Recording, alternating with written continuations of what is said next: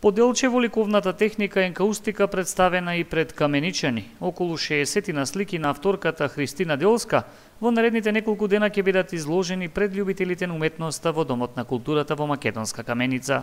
Мене ми е задоволство што денеска можам пред граѓаните на вашиот град да се представам со моја изложба самостојна.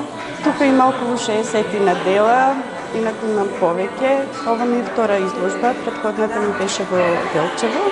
Восокот е составен дел за изработка на сликите на Делска, која веќе 10 години ги манифестира своите чувства преку техниката енкаустика, техника која била својствена за древниот египетски народ.